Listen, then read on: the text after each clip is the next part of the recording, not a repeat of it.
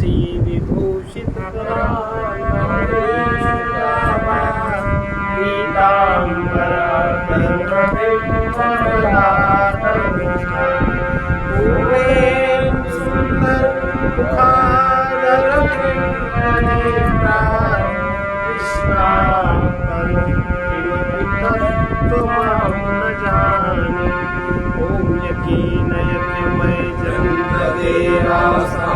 धर्माणि प्रथमान्यासन्नाकेरनाथैवानां सचन्द्रयत्रमूले साध्यासन्देवा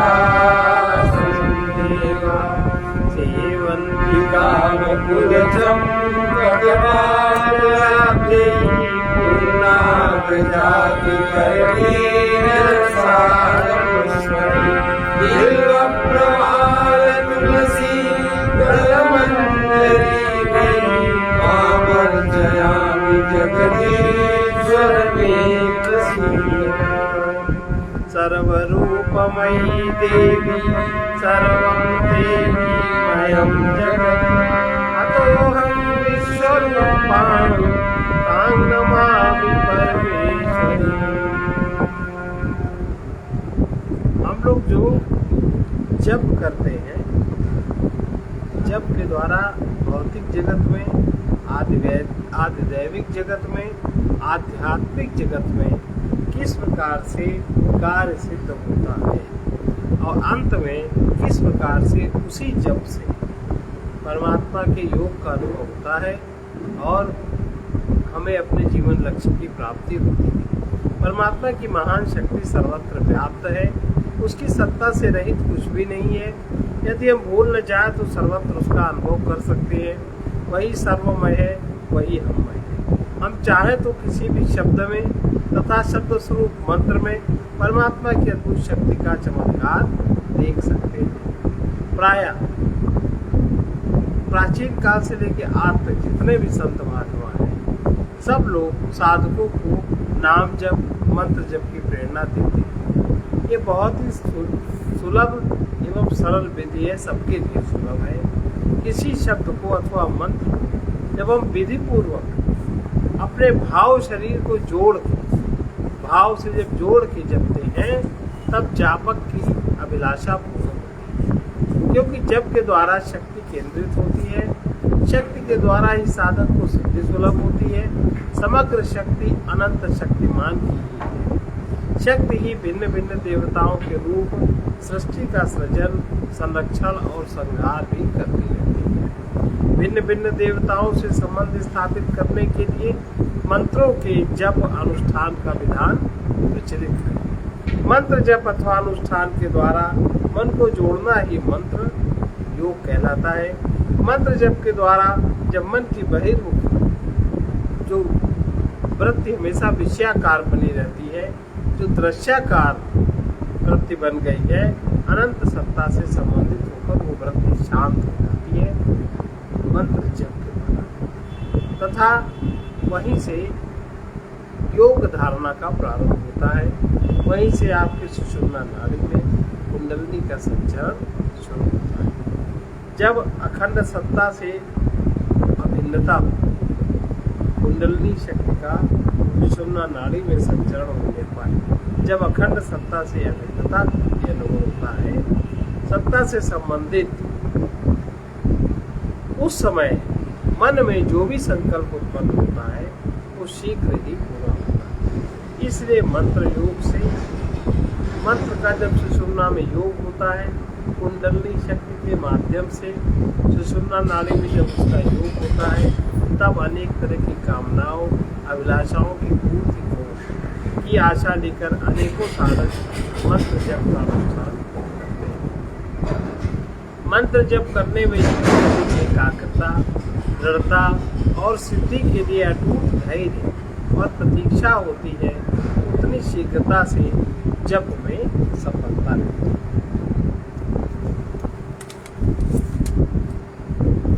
मंत्र अनुष्ठान करते समय यदि किसी के मन में प्रबल मोह, जो कि अधिकतर पाया जाता है, प्रबल मोह प्रबल मोह के कारण हम अपने बच्चों को ठीक से ट्रेनिंग नहीं दे पाते। हम उनको विभिन्न प्रकार के जब जितना विकास होना चाहिए हम नहीं करवा पाते। कहीं स्कूटर गिर जाएगा, कहीं साइकिल गिर जाएगा, जैसे कि हम उसी के पूरे मालिक बन जाते हैं मोह के कारण। जैसे उस जीव का कोई भाग्य प्रारब्ध है ही नहीं। प्रबल मोह होगा या ईर्ष्या, द्वेष, क्रोध की वृत्तियां बढ़ती रहेंगी, तब तो दैवी गुणों की, ज्ञान की अथवा प्रेम भक्ति की प्राप्ति देर से हो। कामी, क्रोधी, लोभी, मोही व्यक्ति को वशीकरण, मारण, अघमर्षण, उच्चाटन आदि के मंत्रों से कामना पूरी हो सकती है, क्योंकि तमोगुणी, रजोगुणी, सतोगुणी प्रकृति के देवता तीनों प्रकृति के देवता होते हैं और तदनुसार मंत्र भी होते हैं। तीनों प्रकृति के होते हैं देवता और चारों वर्ण के होते हैं, ब्राह्मण, क्षत्रिय, वैश्य, शूद्र। इनकी सबकी तीन प्रकृतियां होती हैं। अब जो जिस प्रकृति का है वो उस देवता को पसंद करता है, वो उसकी शक्ति को भी चाहता है। नाम जप में विधि विशेष विधि विधान की आवश्यकता नहीं है, किंतु मंत्र जप में विशेष विधि संस्कार अनुष्ठान की आवश्यकता अवश्य होती है। दैवी शक्तियों के साथ गुप्त परामर्श जिस विधि से किया जाता है उसको मंत्र कहते हैं। लेकिन हम जप करते करते हमारी पूरी जिंदगी बीत जाती है, पर हमारा परामर्श देवताओं से पता है, केवल वाणी मात्र से उच्चारण हो रह जाता है, क्योंकि हमारा मन इतना विचलित है, इतना विकारों से घिरा हुआ है कि हमें कुछ बात नहीं समझ में। इस प्रकार कि जब ये सारी मंत्र जप में विशेष संस्कार अनुष्ठान की आवश्यकता होती है, नाम जप में किसी विशेष विधान की आवश्यकता नहीं होती है। दैवी शक्तियों के साथ गुप्त परामर्श की क्षमता मंत्र से ही जाती है। किसी किसी में साक्षात देखा जाता है। गुरु के माध्यम से गुप्त परामर्श रूपी मंत्र से सिद्धि मिलती। अगर आपका कोई गुरु नहीं है, आप वो परामर्श करने में अक्षम रहेंगे सदा, क्योंकि आपका सारा काम अहंकार ही करेगा और अहंकार को जीवन में इस तरह की सफलताएं नहीं मिला करती। वो तो जब गुरु के चरण में जब अहंकार समर्पित होता है, फिर अहंकार के ऊपर शक्ति से, सत्ता से संपर्क बनता है। मंत्र में जो अक्षर होते हैं उनके कंपन से साधक के अंतर में जो शक्तियां सुप्त है उनकी जागृति हो जाती है। मंत्र द्वारा अंतर में मंथन होता है। उस मंथन से मंत्र जितना ज्यादा मंत्र रखे, हमारे जिस देवता के जितना मंत्र अगर ज्यादा मंत्र जपते तो अंतःकरण में मंथन होना शुरू होता है, कारण शरीर में मंथन होना शुरू होता है और उस मंथन से जन्मांतरों के संचित पापों का नाश होता है और वर्तमान में भी जो प्रारब्ध में पाप बाधा डाल रहे हैं उनका भी नाश होता है और जीवन में पथ प्रगति मिलती है और परमेश्वरीय दैवी गुणों की वृद्धि होती है। आत्मज्ञान सबसे श्रेष्ठ सिद्धि है। आत्मज्ञान निष्काम प्रेम द्वारा जीवन आनंदमय हो जाता है। लेकिन जो मंत्र को जपने वाला है उसको श्रद्धा, तत्परता, संयम, नियम में दृढ़ता और अंतर बाह्य पवित्रता की महती आवश्यकता है। मंत्र अनुष्ठान का स्थान शुद्ध, एकांत, विघ्न बाधाओं से रहित होना चाहिए। मंत्र अनुष्ठान में देवालय, नदी तट, गिर शिखर, पीपल, आंवला वृक्ष भी रहते हैं। मंत्र सिद्धि कोई भी की जाए उसके मुख के 12 नियम है। सबसे पहला नियम है भूमि में शयन, भूमि में ही बैठना हो। अब आजकल चाहे जो हो, हर घर में सोफा है, हर घर में कुर्सी, उसमें हर तरह का व्यक्ति आगे बैठता है या सोफे में कोई सफाई करता है या कोई पोछा भी लगाता है? एक अब जाने क्या चीज कपड़ा बिछा रखेंगे उसकी सुरक्षा के लिए, कोई भी आके बैठता है और पूजा पाठ करने वाला भी इसी में बैठ जाए। उसके जो बैठता है उसके कीटाणु परमाणु जो वहाँ रह गए, दूसरा बैठेगा उसमें चपक जाता। इसलिए बैठने का सिस्टम बड़ा गलत है। अगर कोई आध्यात्मिक व्यक्ति है तो कुछ है, उसके लिए अनुकूल नहीं है। दूसरा ब्रह्मचर्य, तीसरा मौन, चौथा गुरु के पास नित्य नियम से बैठना, गुरु का सेवन करना, पांचवा तीनों समय स्नान, पाप कर्म का परित्याग, नित्य पूजा और नित्य दान। पूजा के बाद नित्य दान, देवता की स्तुति एवं कीर्तन, नैमित्तिक पूजा, इष्ट देव अथवा गुरु में विश्वास जो किसी को नहीं होता। जितने भी ये गुरु वाले लोग हैं इनको गुरु में विश्वास, अगर विश्वास हो तो बात न मानते, और बात मान ले तो खुद भी तर जाए, दूसरे को भी तार दे। और जप में निष्ठा, इन नियमों का पालन अति आवश्यक रहता है। मंत्र जपने वाले का आहार भी सतोगुणी तथा स्वल्प होना चाहिए। अधिकतर हम आहार में ध्यान दें, हम बहुत खाते हैं और बहुत व्यक्ति वही खाता है जिसका चित्त अन्नमय है, अंदर उसका शक्तिवर्धन नहीं हुआ, उसकी शक्ति पच के अंदर नहीं जाती, तो उसको भूख बहुत सताती, वो ज्यादा भोजन करता है। शरीर को उतनी आवश्यकता नहीं, बहुत लोग बहुत कम भोजन करते हैं। तो जिसका जितनी अंदर जागृति है, आप भोजन कोई करता है उससे आप पता लगा सकते हो कि इसके अंदर इसकी कितनी जागृति है, उसको कितना क्या चाहिए संसार का, उससे ये बात पता हो जाएगी इसके अंदर कितनी जागृति है, या मंत्र जप का इसमें क्या प्रभाव हो रहा है, या गुरु मंत्र का इस पर क्या प्रभाव है। ये आपके शरीर के विविध प्रकार की क्रियाओं के द्वारा पता लग जाता है। मंत्र जप करने वाले को असत्य भाषण, कठोर वचन बोलना, व्यर्थ वार्ता करना, अपनी प्रशंसा करना, दूसरों की निंदा करना आदि वाणी के पापों को त्याग देना चाहिए। मंत्र जो जप करता, देखो ये सभी के लिए, जैसे किसी को गुरु मंत्र मिला, यही नियम उसके लिए। अगर आप गुरु मंत्र दिया है आपने, अगर आप गुरु मंत्र जप रहे हैं तो यही नियम उसके हैं। अगर आप नहीं पालन करेंगे तो आपका वो भी मंत्र सिद्ध नहीं होगा, ये आपके ऊपर है। और मंत्र जो सिद्ध नहीं होगा क्या फायदा, ऐसे जपने का लाभ क्या है। और मंत्र जो जपता है, मंत्र जापक को ऐसी कोई वस्तु भी स्वीकार नहीं करनी चाहिए जिसके पीछे किसी प्राणी को दुख होगा। इसीलिए कहा जाता है जो गृहस्थ जीवन में 50 आवश्यकताएं ऐसी होती, आप नहीं ये सब साधन कर सकते, गड़बड़ हो जाती।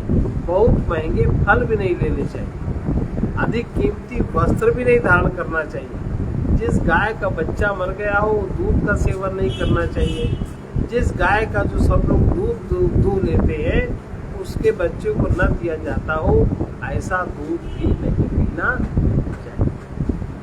जब करते हुए बोलना, इधर उधर देखना, सिर हिलाना और हंसना नहीं चाहिए। जो बहुत से लोग उच्च स्वर में मंत्र बोलते हैं, जैसे जब नहाने जाते हैं तब वो मंत्र बोलना शुरू करते हैं, और पूजा करने के बाद तक हनुमान चालीसा पूरी और मंत्र पूरे बड़बड़ उनकी आदत ज्यादा पूजा ऐसे नहीं पड़ रही है। ये विधि गलत है। जो साधक उच्च स्वर से मंत्र बोलते हैं जिसे दूसरे व्यक्ति सुन सकते हैं, उसको वाचिक जप है। कुछ लोग वाचिक जप को श्रेष्ठ मानते हैं, लेकिन वाचिक जप उतना श्रेष्ठ नहीं है। जो कि आरंभ में वाचिक जप द्वारा मन शीघ्र एकाग्र होता है, जिस प्रकार मन जप में लगे वही उत्तम है। जब साधक उच्चारण न करके केवल ओठों से जप करता है, स्वयं ही सुनता है और दूसरे को नहीं सुनाई देता, उस जप को भावसु जप कहते हैं। इस जप से प्रत्येक अंग में उष्णता बढ़ जाती है, गर्मी बढ़ जाती है, स्थूल से सूक्ष्म में प्रवेश मिलता है, भविष्य के स्वप्न आने लगते हैं। इस प्रकार कोई साधक भ्रमर का गुजार करते हुए जप करते हैं। अब ये जो जप करने के तरीके हैं, गुरु उनको साधक की प्रकृति देख के बताता है कि तुम ऐसे कर। अपने मन से आप कोई भी चीज चुन लो तो ठीक नहीं होती। इसे भ्रमर जप कहते हैं। इस जप में भी मन की वृत्तियों का लय होता है। पूरक जो ये गुजार है, भ्रमर की बात गुजार का जप है, इसमें पूरक, रेचक, प्राणायाम स्वतः, पूरक, रेचक, प्राणायाम स्वतः होता रहता है। अन्य कई भी लाभ होते हैं जो गुजार जप करते हैं उसको पता होता है। कोई कोई साधक मन में ही जप करते रहते हैं। इसमें मंत्रार्थ जो मानसिक जप किया जाता है उसमें मंत्र के अर्थ का चिंतन बहुत आवश्यक है। इस जप को सतोगुणी साधक ही कर पाता है। मानसिक जप सतोगुणी साधक कर पाता है। जो जिस साधक में सतोगुण की प्रधानता भी नहीं हुई, या जो कहीं आहार में इसकी गड़बड़ी हो जाती है, व्यवहार में गड़बड़ी हो जाती है, समर्पण में गड़बड़ी हो जाती है, वो साधक मानसिक जप करने में समर्थ नहीं। रजोगुण को सतोगुण में बदलने के लिए मानसिक जप अधिक सहायक है। ये नादानुसंधान में भी विशेष सहायक होता है। अनेक लोग जप योग सभी के लिए सुगम साधन है और जप का प्रभाव तुरंत देखने को मिलता है।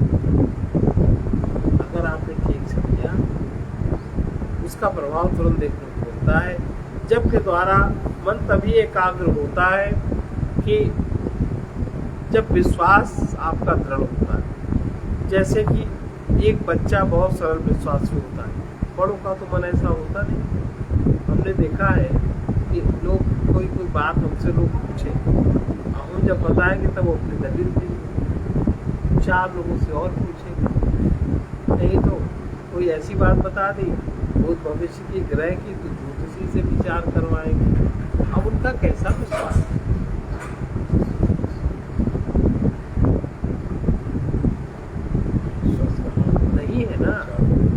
नहीं है ना। अब कोई व्यक्ति दान करने जा रहा है, कोई कह रहा है कि ये संकट है, ये कष्ट है, इसके अब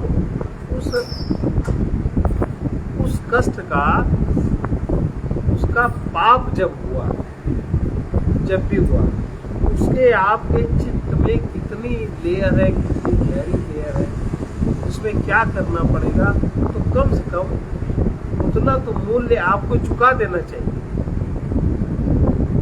जो पुण्य बन जाए, तब तो वो चीज आपकी ठीक होगी, नहीं तो नहीं होगी। इसीलिए जब के बाद दान का बहुत महत्व है। लेकिन दान में हम अपनी मनमानी करने लगते हैं, इतना है बहुत तो है।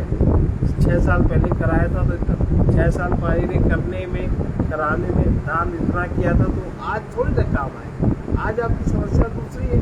तो जो भी जप करते हैं, चाहे गुरु मंत्र का जप करें, चाहे किसी सिद्धि के लिए जप करें, उनको अपनी श्रद्धा अनुसार, अपनी सामर्थ्य के अनुसार कुछ देते रहना चाहिए। नित्य गुरु मंत्र का भी जो जप करता है उसको भी देने की आदत होनी चाहिए। अगर लोभ की आदत ज्यादा है, आपको उधर से भी मिलना, उधर से भी मिलना, उधर से भी मिलना, अगर आप नहीं देते तो आपकी लोभ वृत्ति बढ़ती है, तो जो आपका पाप बाहर रेचक होने जा रहा है पाप का, वो भी वही जमा रहेगा। जब से कोई लाभ, इसीलिए दान का विधान है। और ये दान का विधान हर व्यक्ति समझता नहीं है ना। जिस हिसाब से करते हैं, जब तो कर लेंगे, किसी आचार से करा लेंगे, लेकिन वो पंडित जी कब पैसे देते उनसे करा लो, तो वो ऐसे करते वैसे करते उनसे करा लो। इसका लोभ का महत्व ज्यादा समझते, उनके पास पदार्थ होता है।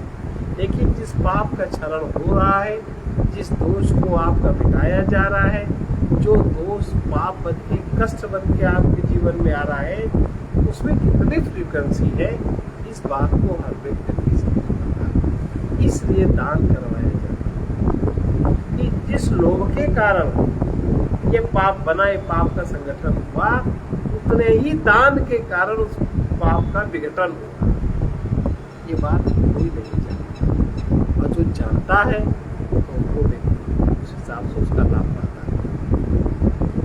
तो जिस प्रकार से जैसे सरल विश्वास होता है विश्वास के बाद भी, लेकिन हमने देखा है बहुत विश्वास व्यक्ति को नहीं होता,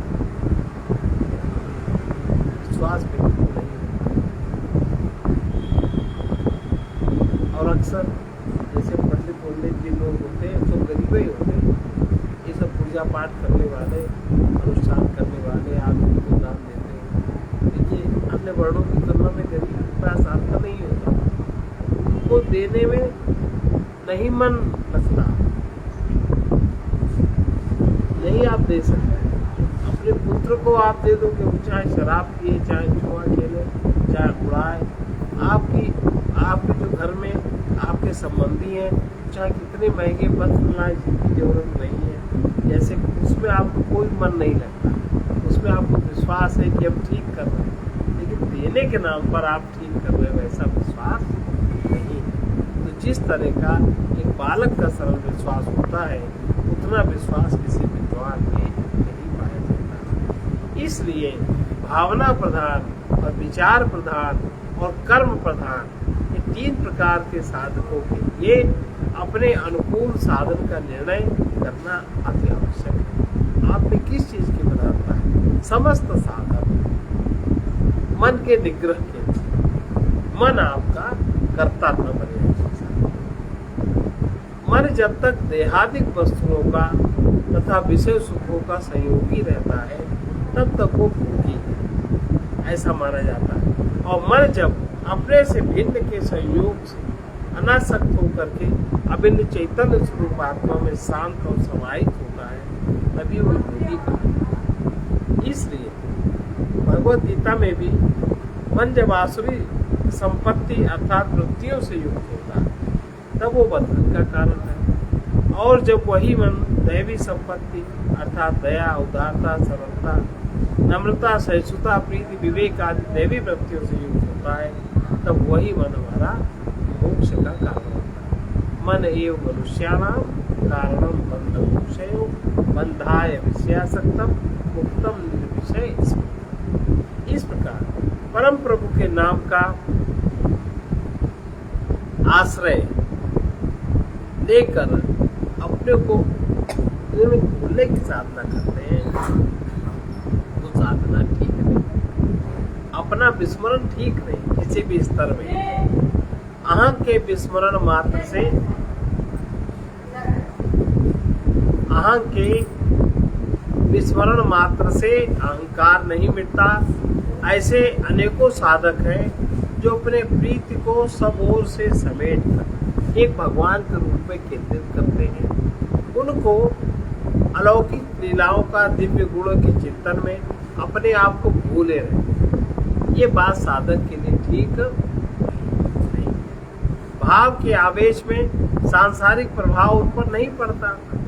भाव शरीर ज्यादा बढ़ गया तो जो ये जगत का प्रभाव उन पर नहीं पड़ता, लेकिन भाव के आवेश के कारण तो प्रभाव नहीं पड़ता, लेकिन फिर भी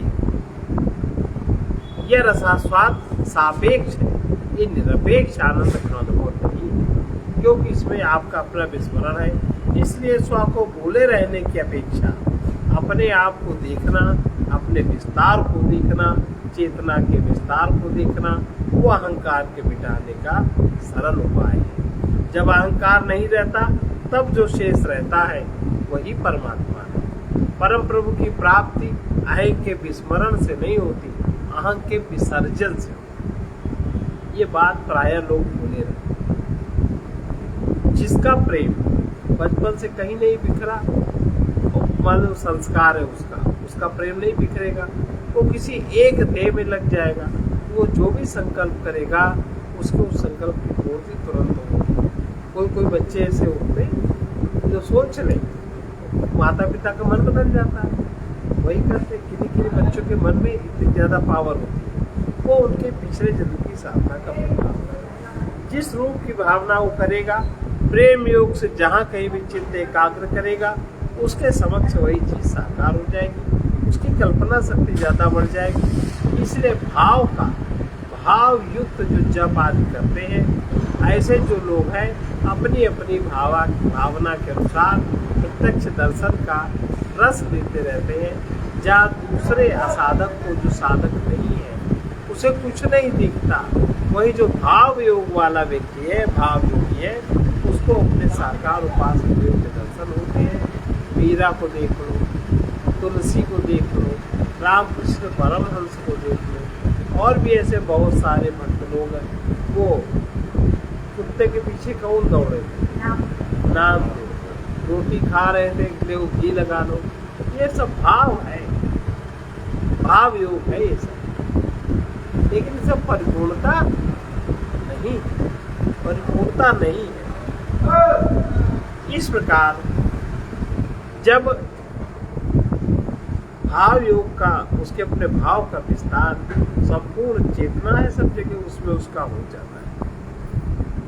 तत्व रूप से तो सत्य नाम रूप से अतीत है। सत्य का कोई भी नाम नहीं, सत्य का कोई भी रूप नहीं, इसलिए सत्य सर्वनाममय है, सर्वरूपमय है।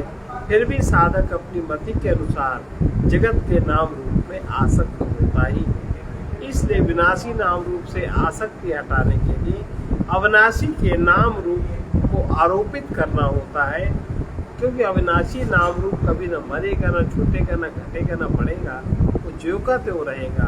तो वियोग से, दुख से बचत तो हो ही जाती है, क्योंकि अनंत नाम रूपों के पीछे सत्य तत्व तो एक है, जिसका कोई एक नाम तथा एक रूप नहीं हो सकता।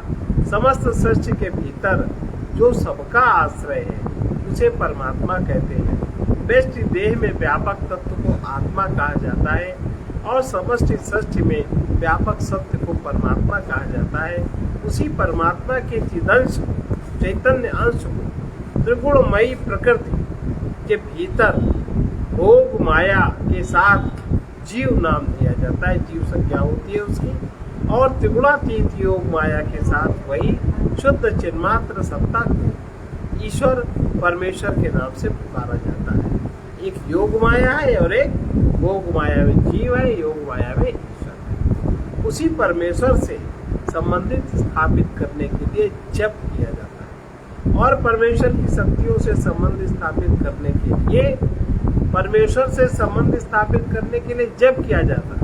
और परमेश्वर की जो शक्तियां हैं अनन्य रूप से, जो सृष्टि का संचालन कर रही हैं, उनसे संबंध स्थापित करने के लिए मंत्र जप किया जाता है। फर्क है। निरंतर अखंड अनंत परमात्मा सत्ता में ही प्रत्येक जीव है, परंतु उस परमात्मा से विमुख रहकर हम अपने को भी नहीं जान पाते। प्रत्युत जो कुछ अन्य है, पर है, वही हमारे मन में लगा रहता है, और हमें उसी का ज्ञान होता रहता है। उससे अपने को मिलाकर उसी मैं अपने अहंग को बना लेते हैं, और अपने को हम वही मानने लगते हैं कि जो नाम रूप है, अपने स्वरूप का भान नहीं। इस प्रकार पर से तन्मय होकर उस रूप को ही अपना रूप मान रहे हैं, यही परमात्मा है। अब हम भले ही अमृत में हैं, किंतु जिस मन का हमने साथ किया, हम जिस मन के संगी हैं, वो निरंतर विषय विष में ही रमता रहता है। हम भले ही नित्य शाश्वत में हो, किंतु हमारा मन सदा विनाशी वस्तु के सहयोग में ही सुख मानता रहता है। भले कभी भी आए आनंद में ही, पर उसका हम अनुभव नहीं करते, और उस आनंद को प्रकट करने के लिए विभिन्न प्रकार के उद्दीपकों का प्रयोग करते हैं, और उसमें जो शून्यता आती है, नकारात्मकता आती है, शक्ति का बहिर्गमन होता है, हम उसी को आनंद मानते हैं, निगेटिविटी को आनंद मानते हैं। परिणामतः हमारी आत्मिक शक्ति, मानसिक शक्ति, भौतिक शक्ति क्षीण ऐसा है। नित्य शाश्वत होकर हमारा मन सदा विनाशी वस्तुओं के सहयोग में सुख मानता रहता है। हम तो सदा उसी में है जो निरंतर वर्तमान में है, किंतु हमारा मन सदा भूतकाल और भविष्य काल का ही चिंतन करता रहता है। हम जैसे भी कर्म करते समय हमारी जैसी भी भावना होती है, अब भावना की तो बात है, एक कार्य सब करते हैं, एक के अंदर मन की चाह है कि हमें रुपए मिलेंगे, उसको कहते हैं नौकर। एक के अंदर मन की चाह है हमारे मन की पूर्ति होगी, उसको कहते हैं सेवक, है ना। एक की चाह है नहीं, सामने है हमें करना ही चाहिए, उसको कहते हैं भक्त। अलग अलग नाम से बोलते, एक क्रिया है।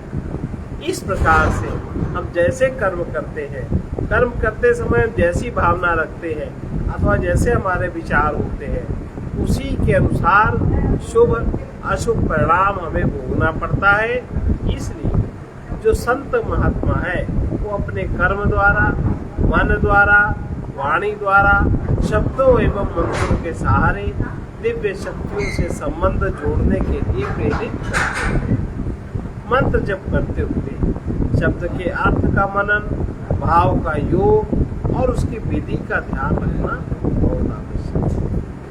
मंत्र जप करते हुए जितनी तत्परता से मन की वृत्तियां समेटेंगी, शांत होंगी, अर्थात जितनी अधिक एकाग्रता होगी, उतनी शीघ्रता से हमें दैवी संबंध में स्थापित करने में हमें सफलता मिलती है।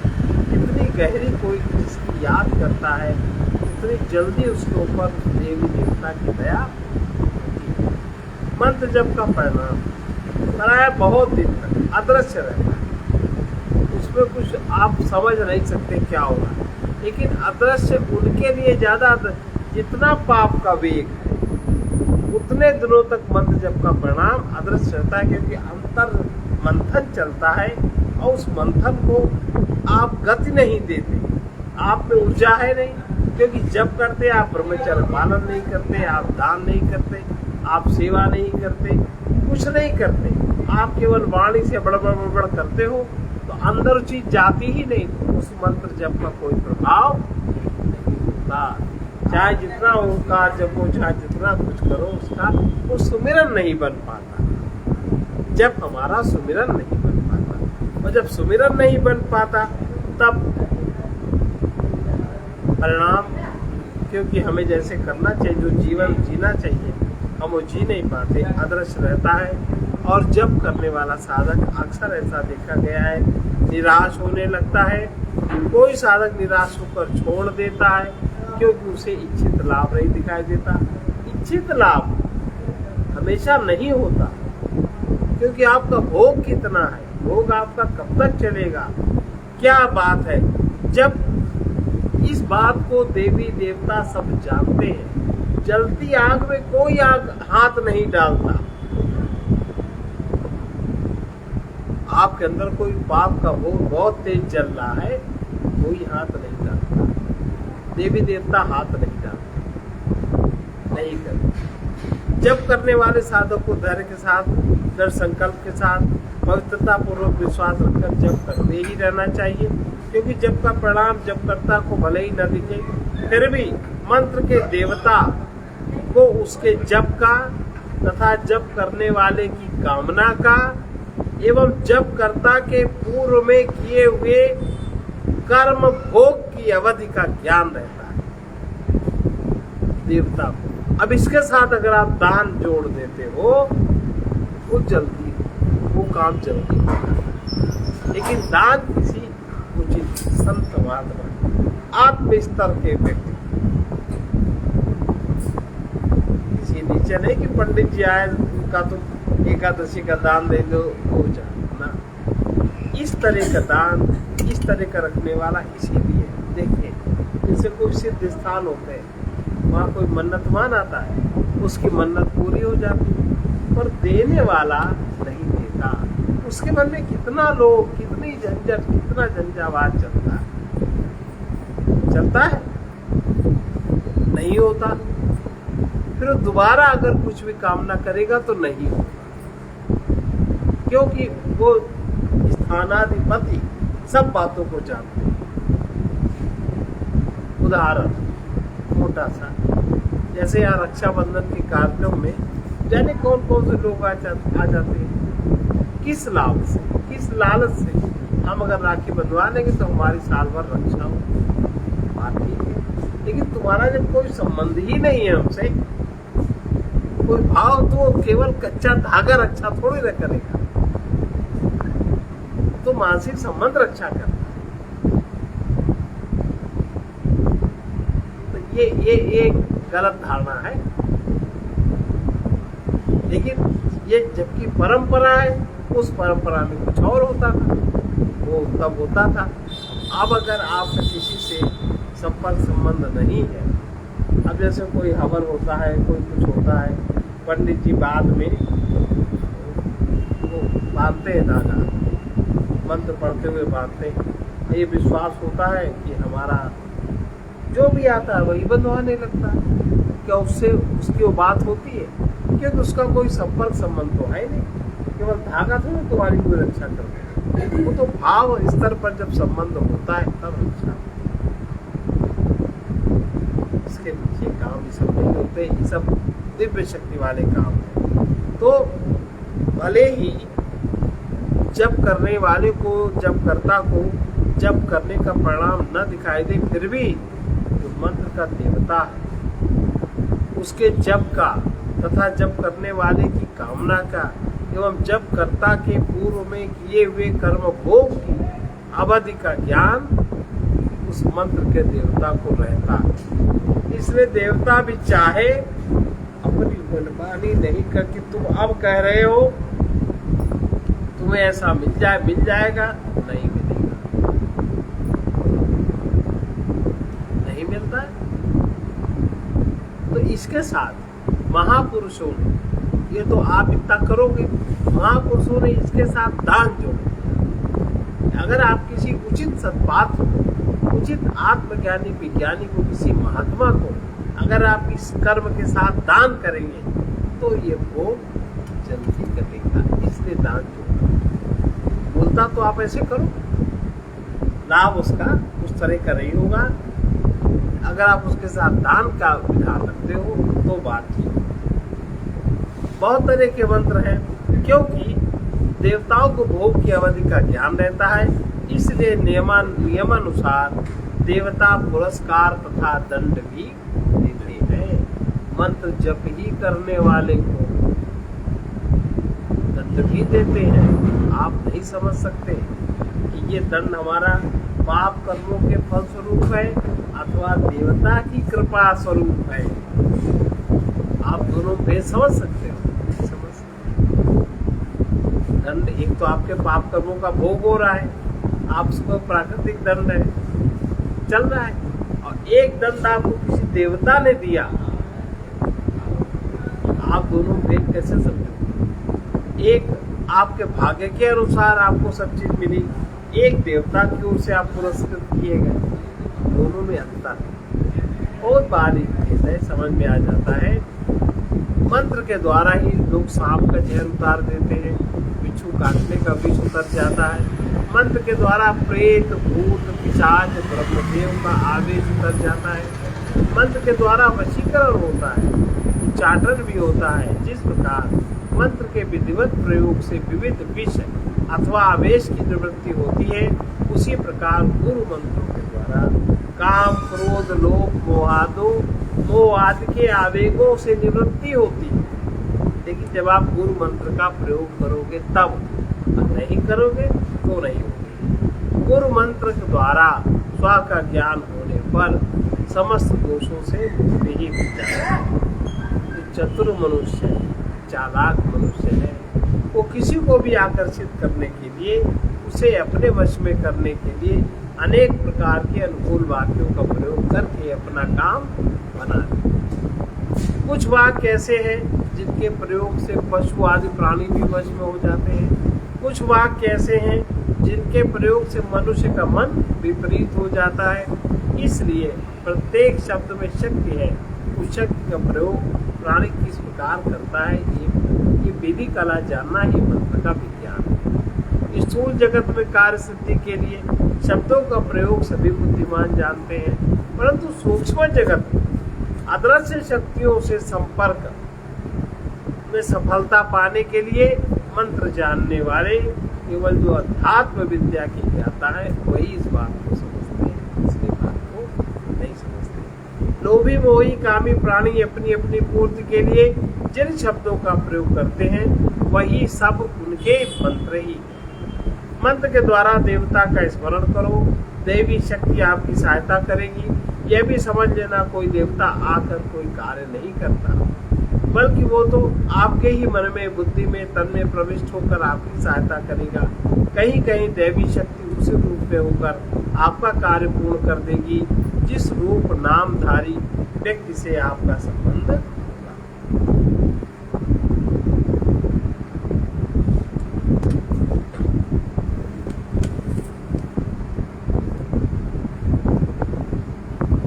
जैसे गाड़ी वाहन का उदाहरण है कि उसकी गाड़ी फंस गई नाली में, तो वो अपना हनुमान चालीसा पाठ करने लगा, बैठ गया किनारे। उधर से कई बार कर गया, कोई सफलता ही नहीं मिली। और उधर से एक वृद्ध ब्राह्मण निकले, उन्होंने देखा कि क्या गाड़ी इसकी दफ्तर पर ही बैठा हनुमान चालीसा कर रहा है, तो उसको विश्वास था हनुमान जी आके गाड़ी खींचेंगे, हनुमान जी आके हमारा काम करेंगे। ऐसा नहीं, तो उसने कहा, समझाया कि हनुमान जी गाड़ी तुम्हारी खींच के बाहर नहीं करेंगे, तुम पुनः गाड़ी में जोर लगाओ, मैं भी सहारा देता हूँ। वो तो तुम्हारे ही भीतर, तुम्हारे बैलों के भीतर से बल रूप धर कर गाड़ी को पार कर देंगे। गाड़ी वाहन ने ऐसा ही किया, उसकी गाड़ी अंदर से निकल गई। हनुमान जी उसी गाड़ी वाहन के भीतर, बैलों के भीतर कार्य की सिद्धि के साधन बन गए। तो जो सूक्ष्म शक्ति है वो आपके सामने कैसे आ सकती है? देह के भीतर जो आपकी रीढ़ की हड्डी में लगे हुए ऐसे कई केंद्र हैं जिनमें क्रमशः मन को संयमित करने से कई प्रकार की अलौकिक सिद्धियां सुलभ हो जाती हैं। शक्ति प्राप्त करने के लिए अनेकों प्रकार के मंत्र प्रचलित हैं। कुछ मंत्र ऐसे हैं जो विद्या प्राप्ति में सहायक हैं, कुछ मंत्र धन प्राप्ति में सहायक हैं, कुछ मंत्रों के जप अनुष्ठान से रोग की निवृत्ति होती है। मनोयोग पूर्वक जप से सिद्धि अवश्य ही मिलती है। मनुष्य सभी प्रकार की सफलताएं श्रम के साथ साथ मंत्रानुष्ठान अगर करे तो मन को सीमित करते हुए वो सफलता जल्दी भी प्राप्त हो जाती है। प्रत्येक शब्द के पीछे एक अखंड अनंत सत्ता विद्यमान है। उसी सत्ता से भिन्न भिन्न शब्दों में तदनुरूप शक्ति क्रियान्वित होती है। अनेकों एकाक्षर मंत्र हैं, जैसे ह्रीं क्लीं श्रीं हूं हां रौं आदि जितने अक्षर, ये सब बीज मंत्र कहलाते हैं। उतने वर्णों की शक्ति उन अक्षरों द्वारा प्रस्फुटित होती रहती है, जो सीधे आपके मेरुदंड में असर करती है। जो बीज मंत्र जपा जाता है, इसका असर सीधे आपके मेरुदंड के चक्रों में होता है। इस प्रकार से जितने ही उतने वर्णों की शक्ति उन अक्षरों द्वारा प्रस्फुटित होती रहती है। मंत्र जप की संख्या भी निर्धारित है, 108, 1008, 10,000, 20,000, 50,000, 27 अलग अलग संख्या है। जिस 1 लाख, कभी 1 लाख, कभी 10 लाख, इस तरीके से संख्या के अनुसार जप करने से उस देवता से संबंध जुड़ जाता है। और जैसे रामचरितमानस का ही एक मंत्र है, हिंदी में, कहो ही पाचाल पंगु चढ़ई गिरिवर गहन जासु कृपा सुदयालु द्रवई सकल कलिमल हरन। अगर आप इसका ढंग से प्रयोग करें तो चमत्कार होता है, बोलना ठीक हो जाता है। इस प्रकार से जो आर्त लोग हैं, अर्थार्थी लोग हैं और अलग अलग उपाय हैं, उनके सबके लिए अनिवार्य संकट से गिर जाए तो कैसे करें। मंत्र जापक में आस्था, श्रद्धा, विश्वास इसकी महत्ता है। शक्ति का केंद्र तो वो स्वयं ही है, केवल केंद्र से संबंध जोड़ना आवश्यक होता है। शक्ति का नित्य संबंध अखंड अनंत से है, जब स्मरण द्वारा उसी अनंत से तार जुड़ता है। इस बात देखिए, श्रद्धा, भक्ति, विश्वास, आस्था, इसलिए जैसे नाम का जप है, रामचरितमानस में चौपाई है, जपई नाम जन आरत भारी मिटई संकट सुखारी। देखा भी जाता है, कुछ लोग जपते दीन दयाल विरत संभारी हरऊ नाथ ओम संकट भारी। इस प्रकार से सप्तशती में, सब में, गीता में, अनेक पुराणों में बहुत सारे इनके सबके मंत्र का जो बहुत ही योग है, उस सब में स्कंद पुराण। इस प्रकार से यात्रा करते समय ओम सर्वेश्वराय सर्वविघ्न विनाशिने मधुसूदनाय स्वाहा। यात्रा में कोई संकट नहीं आएगा, कोई एक्सीडेंट होना भी नहीं होगा। अद्भुत चमत्कार होते हैं, लेकिन इनको वही जानते हैं जिनके ऊपर एक घटनाएं होती हैं। सामान्य व्यक्ति इन सब बातों पर विश्वास आगे नहीं कर सकता। इसलिए नरसिंह भगवान का एक मंत्र है जो बहुत संकट के समय जपता है। लेकिन अब ये सब लोग किताबों में पढ़ लेते हैं, जरा सी कोई बात हुई उसको जपने लगते हैं।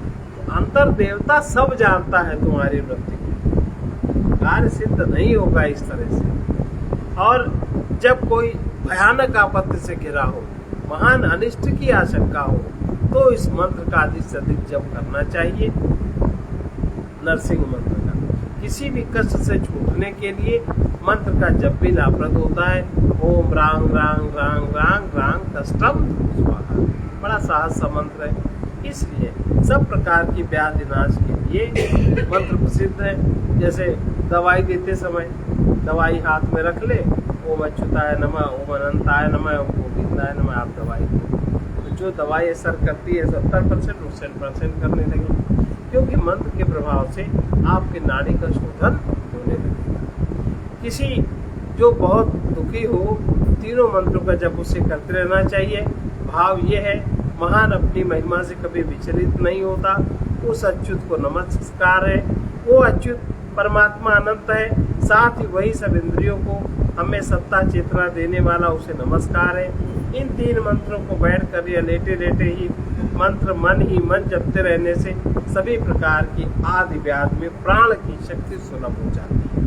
जितना ही मन लगाकर कोई जप करता है, उतनी ही शीघ्रता से अनंत एक रस रहने वाले सच्चिदानंद स्वरूप परमात्मा का योग भी सुलभ होता है। पद्म पुराण, स्कंद पुराण में इन तीनों मंत्रों को एक साथ जपने का परिणाम यही लिखा है।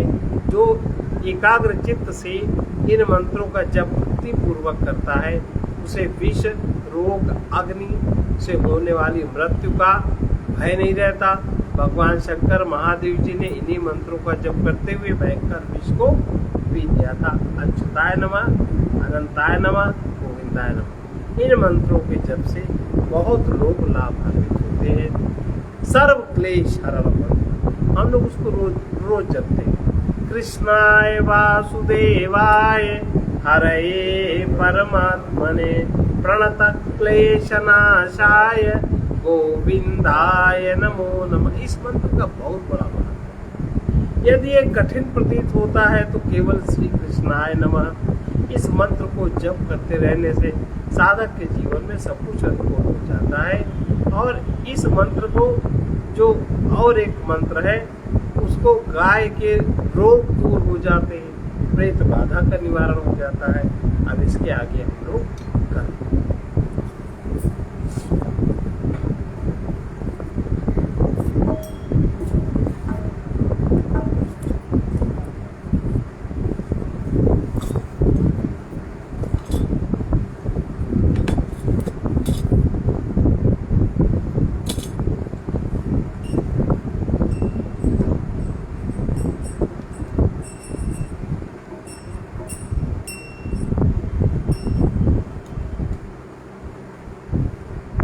एक अनंत अपार हो परमात्मन मेरे, एक अनंत अपार हो परमात्मन मेरे, अनुपम सर्वाधार हो परमात्मन मेरे, अनुपम सर्वाधार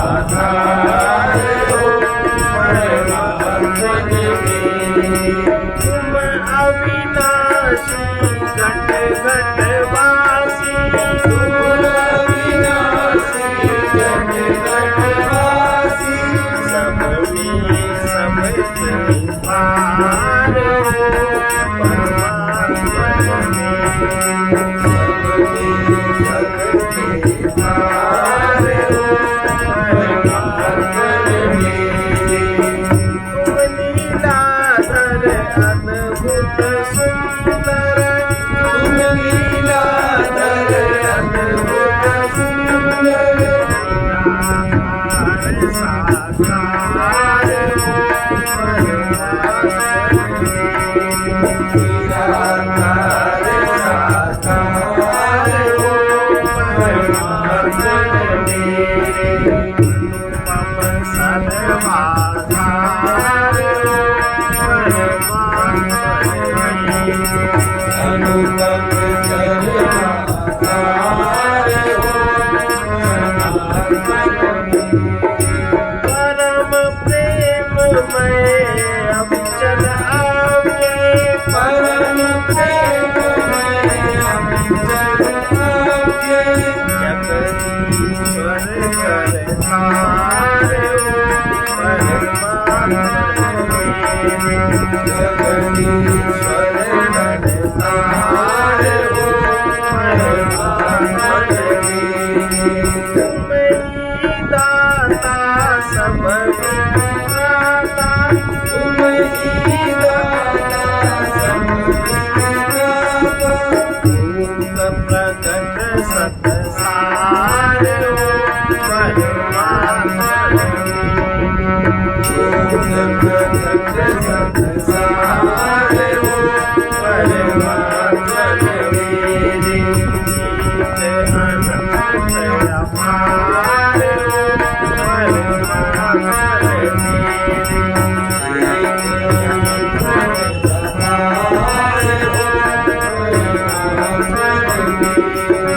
तुम जीवन धन सदानंद घन तुम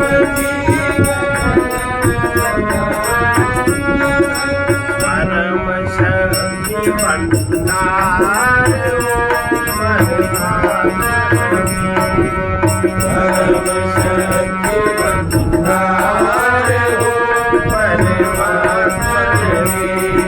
अनुपम सर्वाधार हो परमात्मा अनुपम सर्वाधार हो तुम सर्वेश्वर ये परमेश्वर पंडित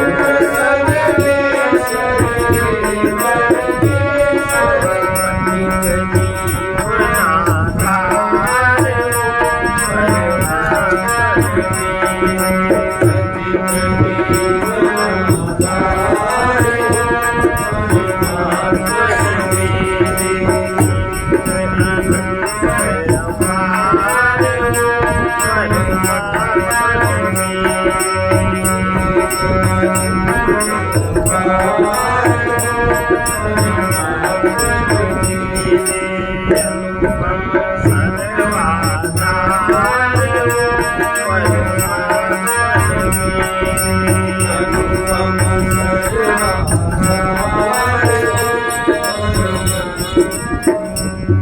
विवेक युक्त जीवन ही मानव जीवन है। त्याग ज्ञान प्रेम की पूर्णता ही जीवन की पूर्णता है। आसुरी गुणों से जीवन अशुद्ध होता है, दैवी गुणों से जीवन शुद्ध होता है।